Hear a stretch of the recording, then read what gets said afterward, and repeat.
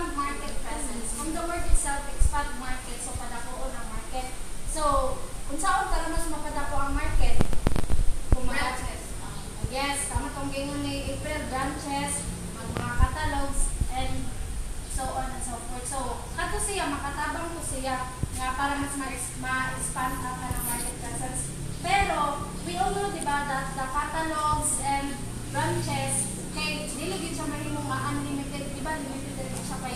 First of all, mas maganda po ang cost sa isa ka store kung kaning magsige siya tao ng mga branches, and kung magsige siya trade ng mga catalogs. So, with the help of kanang internet, di ba, for example, atong giingon ni Mr. John March, di ba, nga for example, sa kaning sa Watson, di ba, sa pag-post nila sa online, di ba, grabe kaway, daghan kayo ilahang ma-introduce ng mga products, pero pag abot nila dito sa kanang market, di ba, limited ra sa ilang store, di ba, limited ra. So, with the help of internet, mas maka-expand nila ang market presence sa isa ka store. Then, the second is the information to improve the shopping experience across all channels. So, we all know that it is very difficult to the retailers na mag-review sa mga history purchase sa kanang mga consumer.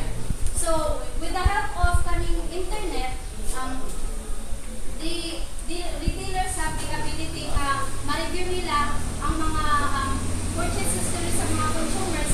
Then, it take way for them to gain some information like makakuha sila ka ng they can identify what are the behavioral manners of kaning mga consumers. And by that, they can magamit na nila para, for example, sa Netflix, di ba? Once ma-review na nila ang kanang purchasing behavior sa isa ka kwan, so di ba, they can suggest. So, for example, ako, kanilang mga movie ang most of yung mga binatang ako. So, through the informations and kanang kuan, shopping experience sa isa ka consumers, so, nakana na sila, ay, sa Alondra mo, niyang kanang mga movie. So, pag next na kung tanong, ang Netflix, mahatag na sila mga suggestions, which is very advantage sa ilahang kuan, diba, store, para mas ma-confident. Then, next is the perceived risk in internet shopping.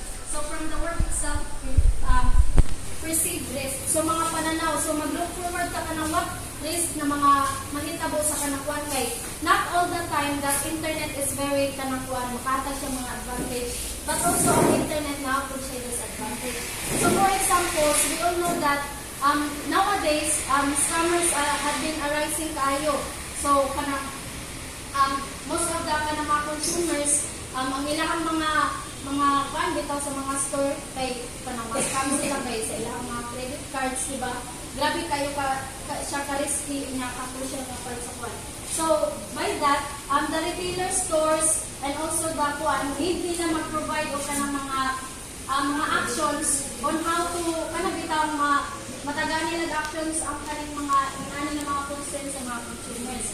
Like for example, sa atong kuan, mga scammers sa ilang mga credit card and also sa ilang mga informations bitaw kay napabaya uban na naay mga store food nga kanang bitaw gina-disadvantage nila ang ilang mga customers. So muna siya ang perceived risk in internet shopping na not all na mahatag sa internet kay mga advantages but also not disadvantages. Yes, tama ito. Sa mga example na sa mga mahatag sa amin.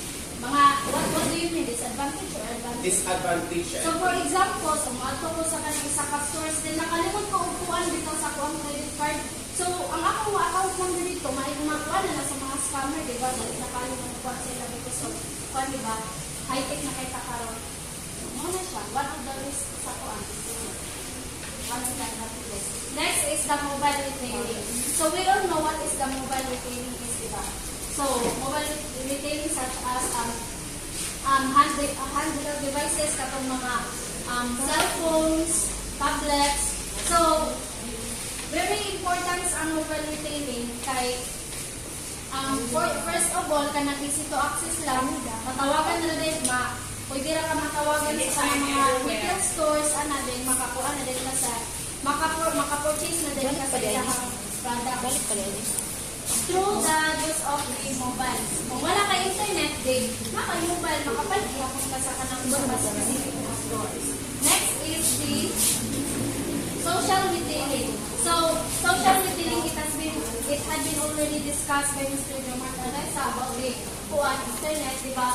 So, social retailing includes katong mga Twitter. We can be able to purchase in Twitter, Facebook, like kanakong mga apps karon kato Shopee, TikTok, o kana. So muna siya ang social retailing, di ba? Very understandable na kayo siya. Next is the catalogs and other non-channel stores. So when we say catalog, so muna ba itong mga, like for example, katong mga brochures, katong mga flyers, bitaw na ginahatag sa kuwan. So what is important sa kaning sa catalog? So kung wala kay internet, di ba? Ang catalog, magamit din siya kay puutong na lang siguro sa makabasa-basa na dahil ka anytime and anywhere you want. Kaya for example, kung mabalik ka sa mobile devices, kung wala, for example, wala kay cellphone kayo ng panahon, di ba? Very useful kayo ang catalog sa pagkuhan ng pamaligla. So, that would be my report and thank you.